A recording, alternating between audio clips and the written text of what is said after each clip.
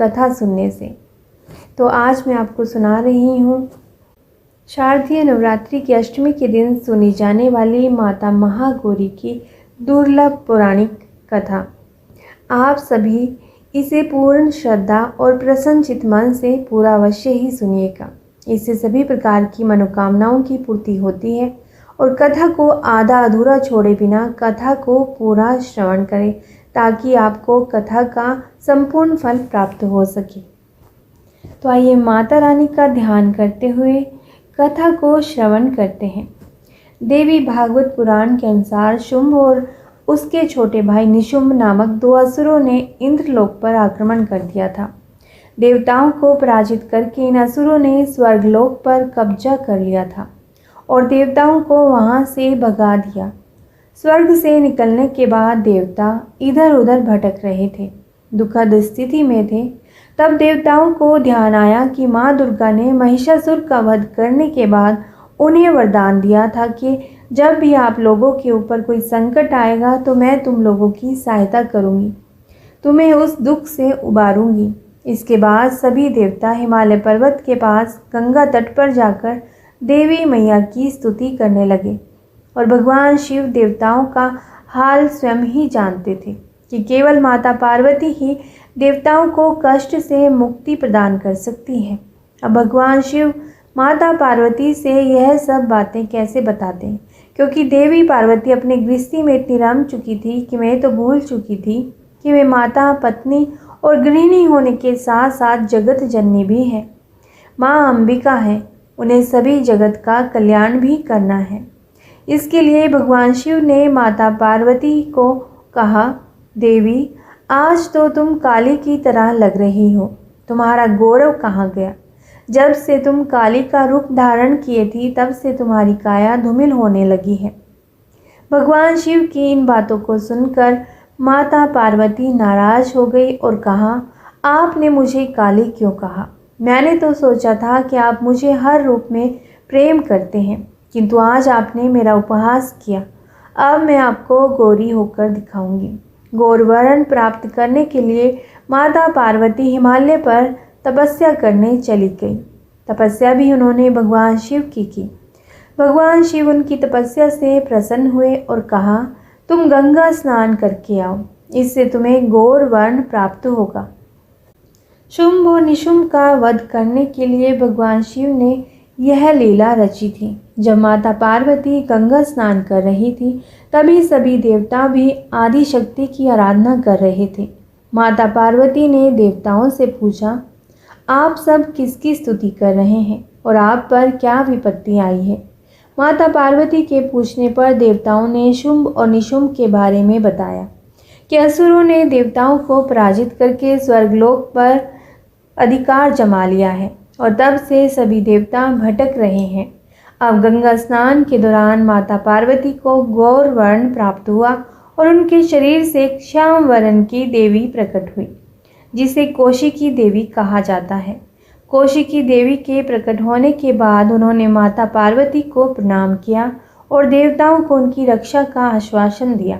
अब माता पार्वती की आज्ञा के अनुसार माता कौशिकी हिमालय के रमणीय क्षेत्र में चली गई और वहां उन्होंने शुंभ और निशुंभ को युद्ध के लिए ललकारा। देवी कौशिकी ने शुंभ और निशुंभ समेत उसकी पूरी सेना का अंत कर दिया।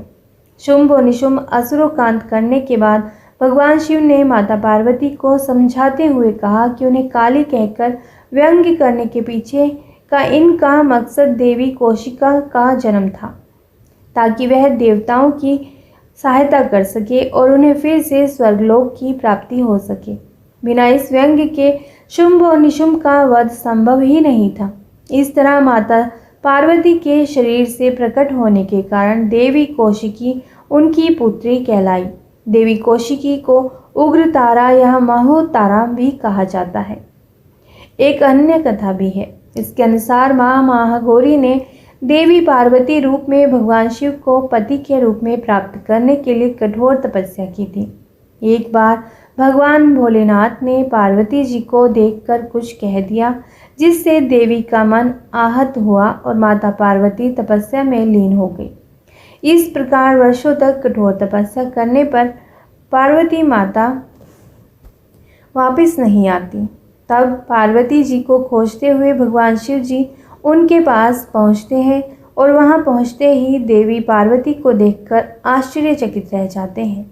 पार्वती माता का रंग अत्यंत ओजपूर्ण हो जाता है और उनकी छटा चांदनी के समान श्वेत और कुंदन के फूल के समान दिखाई पड़ती है। उनके वस्त्र और आभूषण से प्रसन्न होकर भगवान शिव देवी उमा को गौरवरण प्रदान कर देते हैं और देवी विद्युत के समान अत्यंत कांतिमान और गौरवर्ण की हो जाती है। तभी से इनका नाम गौरी पड़ा। महागौरी रूप में देवी स्नेहमय, शांत और मृदुल दिखाई देती है। महागौरी माता की एक और कथा है। उसके अनुसार एक बार एक सिंह काफ़ी भूखा था। वह भोजन की तलाश में वहां पहुंचा जहां देवी उमा तपस्या कर रही थी। देवी को देखकर सिंह की भूख बढ़ गई, परंतु वह देवी की तपस्या से उठने का इंतजार करते हुए वहीं बैठ गया। इस इंतजार में वह काफ़ी कमज़ोर हो गया। देवी जब उठी तो सिंह की दशा देखकर उन्हें उस पर बहुत दया आई और माँ उसे अपनी सवारी बनाने लगी, क्योंकि एक प्रकार से उस सिंह ने भी तपस्या की थी। इसीलिए देवी गौरी का वाहन बैल और सिंह दोनों है। माँ दुर्गा का अष्टम स्वरूप महागौरी है। महागौरी की 4 भुजाएं हैं। इनकी दाईं भुजा अभय मुद्रा में है और नीचे वाली भुजा में त्रिशूल है। बाईं भुजा में डमरू और नीचे वाली भुजा से देवी गौरी भक्तों की प्रार्थना सुनकर वरदान देती है। जो स्त्री इन देवी की पूजा पूर्ण श्रद्धा से करती है, उसके सुहाग की रक्षा देवी स्वयं करती है। कुंवारी कन्या माँ की पूजा करती है तो उससे योग्य वर प्राप्त होता है। जो पुरुष देवी गौरी की पूजा करते हैं उनका जीवन सुखमय रहता है। देवी उनके पापों को जला डालती है और उसके अंतःकरण को शुद्ध कर देती है। माँ अपने भक्तों को अक्षय आनंद और तेज प्रदान करती है। इनका पूर्ण रूप गौर है, इसीलिए यह महागौरी कहलाती हैं। जय हो माता महागौरी की। तो आप भी बोलिए प्रेम से जय मैया की। माता रानी की जय। माता रानी सब पर अपनी कृपा बरसाती रहे। आइए सुनते हैं एक और कथा। बहुत समय पहले की बात है। दक्षिण भारत के रामेश्वर में समुद्र तट पर एक गांव था। उस गांव में रत्नाकर पंडित रहते थे। पंडित रत्नाकर शिवजी और माता आदिशक्ति के बड़े भक्त थे। उस गांव में पंडित रत्नाकर का मान सम्मान तो बहुत था, पर उनकी कोई संतान नहीं थी। पंडित रत्नाकर की पत्नी हमेशा माँ आदिशक्ति से संतान की मन्नत मांगती रहती थी। उन्होंने लगातार कई वर्षों तक माँ की पूजा की थी। कई वर्षों से संतानहीन पंडित रत्नाकर की पत्नी की प्रार्थना एक दिन माताजी ने सुन ली और वह गर्भवती हो गई।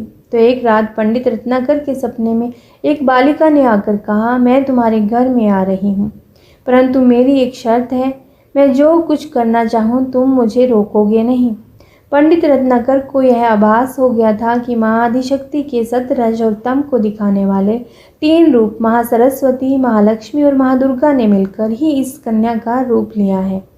समय आया और माता की कृपा से इस दिव्य कन्या का जन्म हुआ। पंडित रत्नाकर को यह पता चल गया था कि यह कन्या माँ आदिशक्ति ने धर्म की रक्षा के लिए ही प्रकट की है। पंडित रत्नाकर उसी भाव से कन्या का लालन पालन करने लगे। तीनों महाशक्तियों के मिलन के उस स्वरूप को उन्होंने त्रिकुटा नाम दिया। त्रिकुटा का स्वभाव से ही जन्म से ही स्वभाव अनोखा था। बचपन से ही वह पूजा पाठ और धार्मिक कार्यक्रमों को देखकर प्रसन्न होती थी।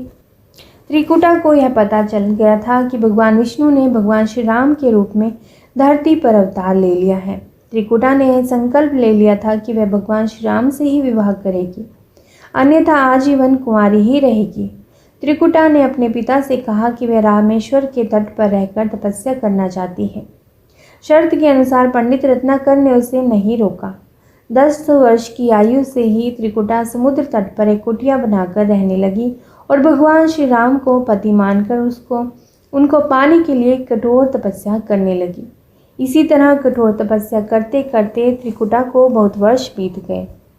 सीता हरण के बाद भगवान श्री राम अपने भाई लक्ष्मण के साथ वानर सेना लेकर सीता की खोज करते हुए रामेश्वर पहुँचे। श्री राम को पुल बन जाने तक वहाँ ठहरना था। भगवान एक दिन विचरण कर रहे थे। तभी समुद्र तट पर एक तेजस्विनी ध्यान मगन कन्या को देखकर बहुत चकित हुई। उस कन्या के तप से वह स्थान अलग ही रोशनी से प्रकाशित हो रहा था।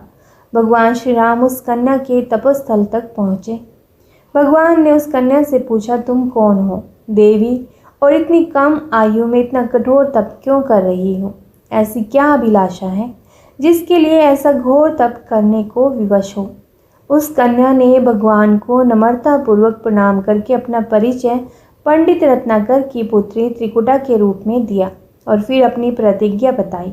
त्रिकुटा जान गई थी कि उनके सामने साक्षात भगवान श्री राम जी ही खड़े हैं, इसीलिए उन्होंने निवेदन किया कि आप मुझे पत्नी के रूप में स्वीकार कर लें। इस पर भगवान श्री राम ने कहा कि हे देवी, यह संभव नहीं है। मैं एक ही पत्नी के संकल्प से बना हूँ। अपनी पत्नी के अपहरणकर्ता को दंड देने के लिए यहाँ तक सेना सहित आया हूँ। त्रिकुटा को यह सुनकर बड़ा ही दुख हुआ।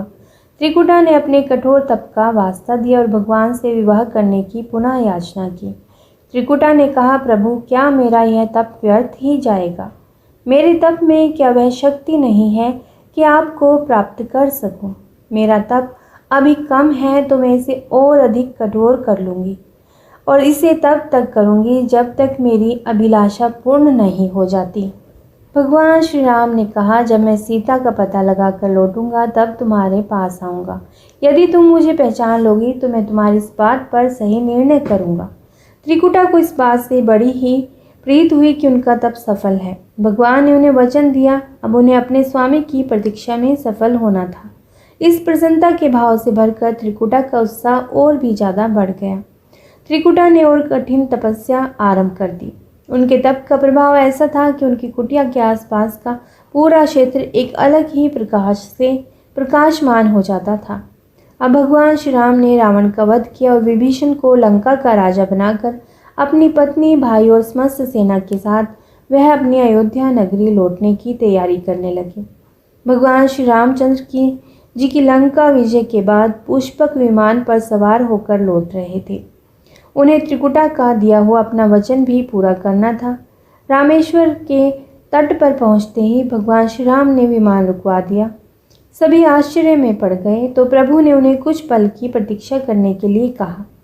इसके बाद वह अकेले ही चल पड़े। सारी सेना भगवान की आज्ञा के अनुसार वहीं पर ठहर गई और उनकी प्रतीक्षा करने लगी। भगवान श्री राम ने एक बूढ़े ब्राह्मण का भेष धारण कर लिया और देवी त्रिकुटा के पास पहुँचे। प्रभु उनके साथ थोड़ी देर तक रुके, परंतु त्रिकुटा उन्हें पहचान नहीं सकी। तब भगवान श्री राम अपने असली रूप में आ गए और उन्होंने त्रिकुटा से कहा, देवी, मैं आपको दिए वचन के अनुसार आपके पास आया था, परंतु आप इस परीक्षा में सफल नहीं हुई। वैसे भी इस जन्म में सीता से विवाह कर मैंने एक पति व्रत का प्रण लिया है, इसीलिए तुम्हारे साथ विवाह तो असंभव ही है। देवी त्रिकुटा निराश हो गई। भगवान ने उनकी मनस्थिति समझ ली और मधुर वचन में कहा, हे देवी, आपको निराश होने की आवश्यकता नहीं है। तुम्हारा यह संकल्प मैं पूरा करूंगा, लेकिन इस युग में तो मैं एक ही पत्नी व्रतधारी होने के कारण विवश हूँ। लेकिन कलयुग में जब मैं कल्कि के रूप में अवतार लूँगा तब मैं तुम्हें अपनी पत्नी के रूप में स्वीकार कर लूँगा। तब तक तुम हिमालय स्थित चित्रकूट पर्वत पर जाकर तप करो और मेरे अवतार की प्रतीक्षा करो। भगवान श्री राम ने त्रिकुटा को वरदान देते हुए कहा कि तुम भक्तों के कष्ट और दुखों का नाश करते हुए इस संसार का कल्याण करती रहो। श्री विष्णु का अंश होने, उनके कुल में अवतार होने तथा विष्णु पूजन होने के नाते सारा संसार तुम्हें माता वैष्णो देवी के रूप में पूजेगा। जो भी भक्त भक्तिभाव से तुम्हारी पूजा अर्चना करेंगे उन्हें तुम सर्वस्व प्रदान करोगी। भगवान श्री राम यह वरदान देकर चले गए।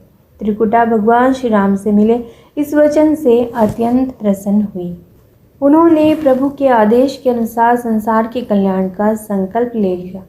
त्रिकुटा उत्तरी भारत के मणिक पर्वत श्रृंखला के 3 पहाड़ियों वाले त्रिक पर्वत पर तप के लिए आ गई। वहीं पर माता वैष्णो देवी के नाम से विराजमान है। भगवान श्री राम का वरदान होने के कारण वैष्णो देवी भक्तों की सभी मनोकामनाएं पूर्ण करती है, इसीलिए माता का स्वरूप कुंवारी है। त्रिकुटा भगवान श्री हरि के कल्कि अवतार की प्रतीक्षा कर रही है।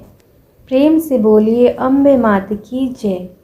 जय माता दी, जय माँ महागौरी। माता रानी अपने सभी भक्तों की रक्षा करना, उन्हें सुख समृद्धि और शांति प्रदान करना। इसके साथ ही माता रानी आप सभी के घर में, हमारे घर में अन्न धन का भंडार भरे।